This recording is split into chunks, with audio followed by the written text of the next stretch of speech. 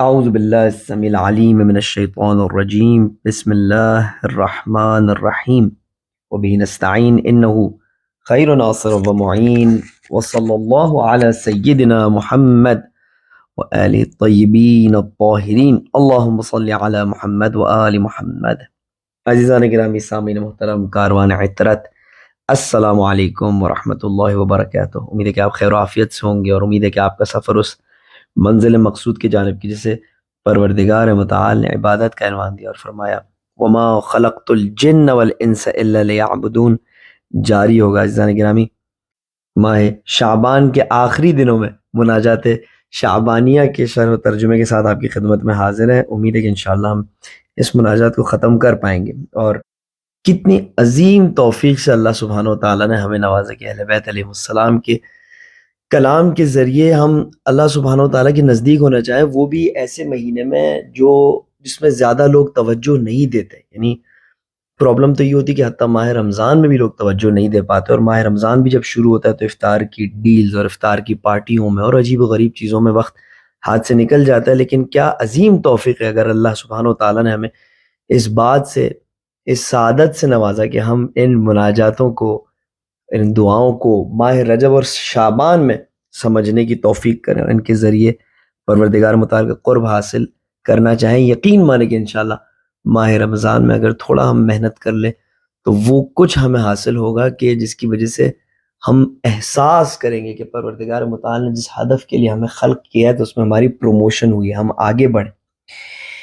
مناجات کے متعلق آغاز کرتے ہیں کہ جس کا جملہ یہ ہے کہ وقد لذت بک یا الہی فلا تخیب ظنی من رحمتک، پروردگارہ میں اپنی تمام امیدوں کے ساتھ تیرے در پر حاضر ہوا ہوں، اور بے شک میری امیدیں تیری رحمت کی جانب بندھی ہوئی ہیں، تو اس امید کو ناامیدی اور مایوسی میں تبدیل نہ کرنا۔ ولا تحجبنی عن رأفتک، اور اپنی رأفت سے، اپنی محبتوں سے مجھے دور نہ کرنا۔ عزیزان گرامی، بار بار ہم دیکھتے ہیں کہ یہ تکرار ہو رہا ہے مختلف طریقوں سے۔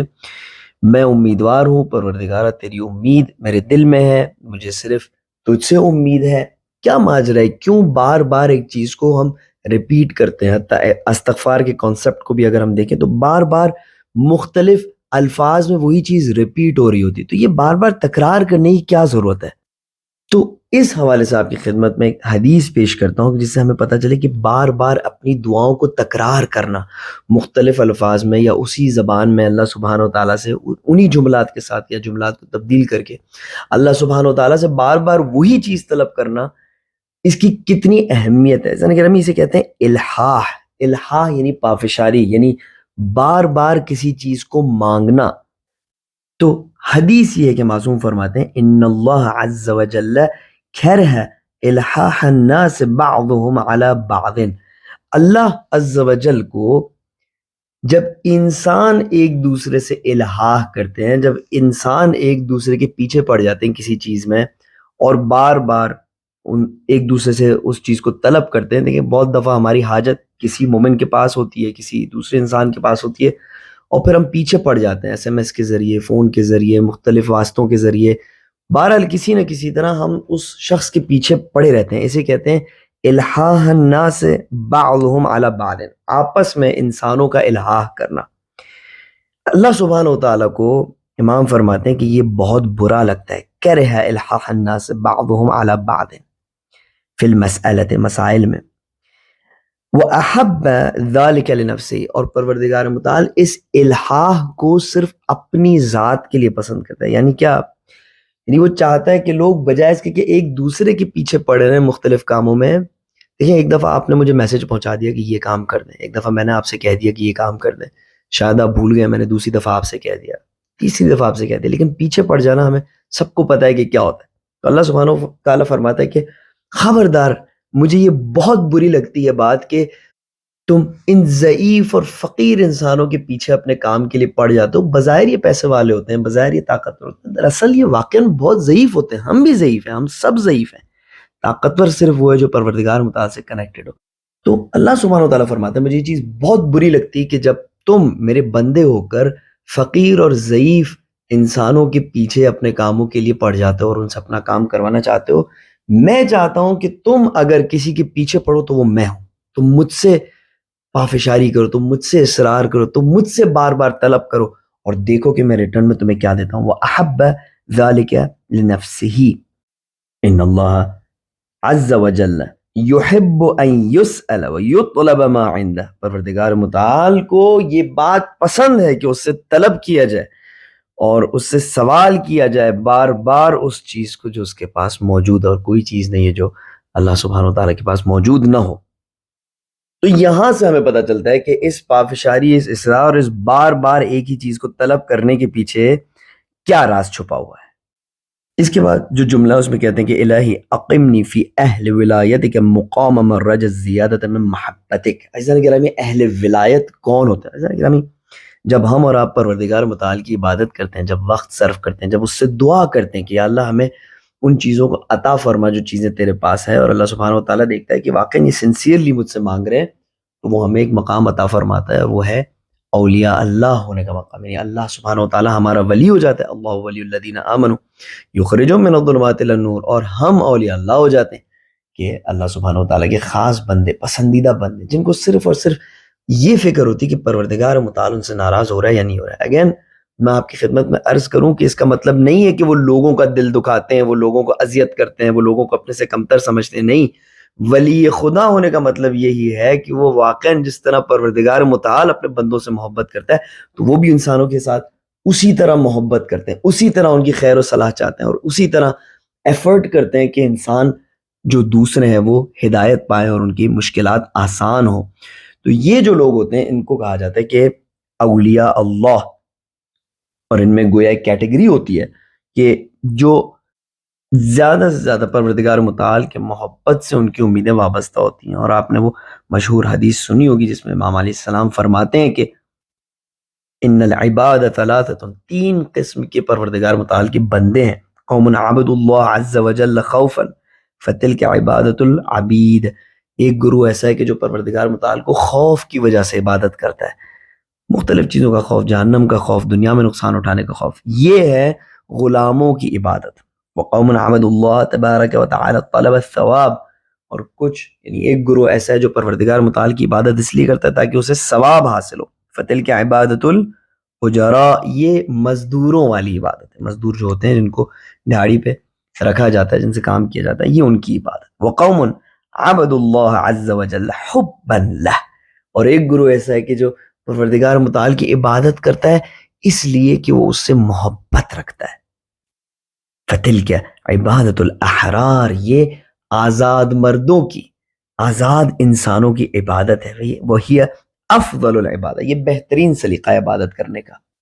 تو یہ جو محبت کی وجہ سے پروردگار متعال کے عبادت کا سلیقہ ہے، دعا کے اس جملے میں ہم کہتے ہیں کہ پروردگارہ تو ہمیں اس اہل ولایت کی کیٹیگری میں سے قرار دے. یعنی تو ہمیں اپنا وہ ولی بنا جو زیادہ سے زیادہ تیری محبت سے امید اور آرزو رکھتا ہے، اور اسے پتا ہوتا ہے کہ تیری محبتوں کی وجہ سے اسے بہت کچھ نصیب ہونے والا ہے. اس دنیا میں بھی نصیب ہونے والا ہے اور آخرت میں بھی نصیب ہونے والا ہے. روحانی لیول پر بھی نصیب ہونے والا ہے اور مادی لیول پر بھی نصیب ہونے والا ہے. الہی وَأَلْهِمْنِي وَلَهَمْ بِذِكْرِكَ إِلَىٰ ذِكْرِكَ. پروردگارہ میرے اندر اپنے ذکر کے ذریعے ایک شوق پیدا کر. یعنی کچھ ایسا ہو کہ جب میں تجھے یاد کروں، جب تیری یاد کا چراغ میرے دل میں جلے. اور پروردگار متعال کو یاد کرنا اور ذکر کرنا ہمیں پتہ ہے کہ تین قسم کا ہوتا ہے. زبانی ذکر ہوتا ہے، عملی ذکر ہوتا ہے، اور قلبی ذکر ہوتا ہے. دل کے ذریعے پروردگار متعال کو یاد کرنا. اور یہ تینوں کے تینوں یہ حصے ہیں اس ایک کامل ذکر کے. یعنی ایسے نہیں ہو سکتا کہ انسان صرف زبان سے یاد کرے پروردگار متعال کو اور وہ ذکر کا مرحلہ وہ طے کر سکے، بلکہ زبان کے ساتھ دل کو بھی ذکر میں شامل ہونا چاہیے، اور دل اور زبان کے ساتھ عمل کو بھی شامل ہونا چاہیے. بہرحال ہم جو طلب کر رہے ہیں پروردگار متعال سے وہ یہ ہے کہ پروردگار جب ہمیں توفیق ملے کہ ہم تجھے یاد کر پائیں تو تو ہمارے دل میں مزید شوق پیدا کر کہ اس یاد کی وجہ سے ہم مزید تجھے یاد کریں. یعنی جو تیرے یاد کرنے کا سلسلہ ہے وہ رک نہ جائے. جو شعلہ جلا ہے، جو آگ جلی ہے دل میں تیرے یاد کی، وہ تھم نہ جائے، وہ بجھ نہ جائے. وہ چلتی رہے اور آگے بڑھتی رہے. وہمتی فی روح نجاح اسمائک ومحل قدسک. پروردگارہ میرے عزم و تلاش کو اس راہ میں قرار دے. میں جو کوششیں کرتا ہوں، محنتیں کرتا ہوں، تو یہ اس راہ میں ہو جس راہ میں تیرے اسماء اور صفات حقیقت پیدا کرتے ہیں. یعنی آپ تصور کریں ایک ہائی وے ہے جس پہ آپ گاڑی چلا رہے ہیں، محنت کر رہے ہیں، سفر کر رہے ہیں، آپ کو تکلیفیں اور دشواریاں پیش آ رہی ہیں، آپ اپنی ایفرٹس انجام دے رہے ہیں، اور سامنے سے آپ کو پروردگار متعال کی صفات اور اسماء کی حقیقتیں نظر آ رہی ہیں. یعنی آپ حقیقت میں سمجھ سک رہے ہیں کہ رزاق ہونا یعنی کیا، یا حقیقت میں سمجھ سک رہے ہیں کہ پروردگار متعال کا رحمان ہونا یعنی کیا، رحیم ہونے سے کیا مراد. یعنی جس راہ میں مجھے تیری صفات اور حقیقت کی معرفت زیادہ سے زیادہ حاصل ہو، میں ہوں، میری ایفرٹس ہوں، راستہ ہو، اور اس راستے پر جا بجا مجھے تیری صفات اور اسماء کی حقیقی جھلک نظر آئے، اور تو میرے عزم و تلاش کو اپنے مقدس مقام کے جانب قرار دے. الہی بک علیک الا الحقتنی بمحل اہل طاعتک. پروردگارہ میں تجھے تیری ذات کی قسم دے کر التجا کرتا ہوں کہ تو مجھے اپنے اطاعت گزار بندوں کے درجے تک پہنچا دے اور مجھے ان میں شامل فرما. کتنا بھروسہ ڈیولپ کیا ہے اس مناجات میں ہمیں پروردگار متعال کی ذات میں. کتنا ہم سمجھتے تھے کہ سب کچھ ہمارے ایفرٹ سے وابستہ ہے، اور سب کچھ ہماری محنت سے وابستہ ہے، اور سب کچھ ہمارے کاموں سے وابستہ ہے، اور کتنا ہمیں پتہ چل رہا ہے کہ اصل یہ ہے کہ انسان اللہ سبحانہ و تعالیٰ سے طلب کرے، اور اصل یہ ہے کہ وہ سچ میں حقیقت میں خالص ہو کر اپنے ضعف کو، اپنے جہالتوں کو، اپنے گناہوں کو، اپنی تقصیر کو سمجھے. یہ کہہ دینا بہت آسان ہے، لیکن اس کو حقیقی معنی میں سمجھنا یہ وہی راستہ ہے کہ جس پہ ہم نے اب بھی پروردگار متعال سے دعا مانگی کہ وہ ہمیں چلائے. جتنا ہم اپنی جہالتوں کو درک کریں گے، جتنا ہم اپنی ضعف کو درک کریں گے، جتنا ہم اپنے قصور کو درک کریں گے، اتنا پروردگار متعال کی حقیقت ہم پر نمایاں ہوتی جائے گی. اس کے بعد کہتے ہیں کہ وَمَثْوَ الصَّالِحِ مِن مَرَضَاتِكَ. قسم دیتا ہوں پروردگارہ، اسی قسم کو دہرا رہے ہیں، یعنی الہی بک علیک الا الحقتنی بمحل اہل طاعتک وبمثوى الصالح من مرضاتک. تجھے تیری ذات کی قسم دیتا ہوں کہ اس بہترین رہائش گاہ اور مقام تک پہنچا جو صرف اور صرف تیری رضایت مندی سے حاصل ہوتا ہے. فإنی لا اقدر لنفسی دفعا ولا املک لها نفعا. پروردگارہ میرے معبود، میرے مالک، تو ہی میری مدد کر کے میں ان عظیم مقامات کو حاصل کروں. فإنی لا اقدر لنفسی.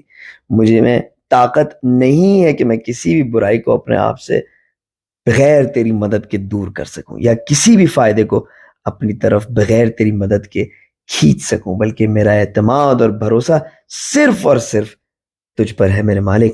الہی انا عبدک الضعیف المذنب ومملوکک المنیب. پروردگارہ میں تیرا ضعیف بندہ ہوں، میں تیرا گنہگار بندہ ہوں، میں تیرا غلام ہوں، تیرا مملوک ہوں.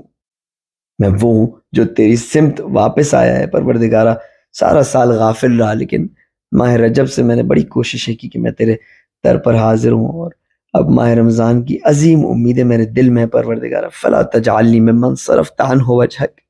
پروردگارہ ایسا نہ ہو کہ تو اپنے مبارک چہرے کو مجھ سے موڑ لے، میں ان میں سے نہ ہوں کہ جن سے تو نے اپنے چہرے کو، رخ کو موڑ لیا ہے اور تو ان پر توجہ نہیں کرتا. وحجبہ سہوہ عن عفوک. اور ان میں سے قرار نہ پاؤں کہ جن کی خطاؤں نے تیری مغفرت سے انہیں دور کر دیا ہے.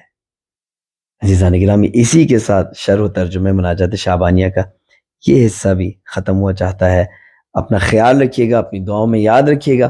سبحان ربک رب العزت عما یصفون وسلام علی المرسلین والحمد للہ رب العالمین. والسلام علیکم ورحمۃ اللہ وبرکاتہ.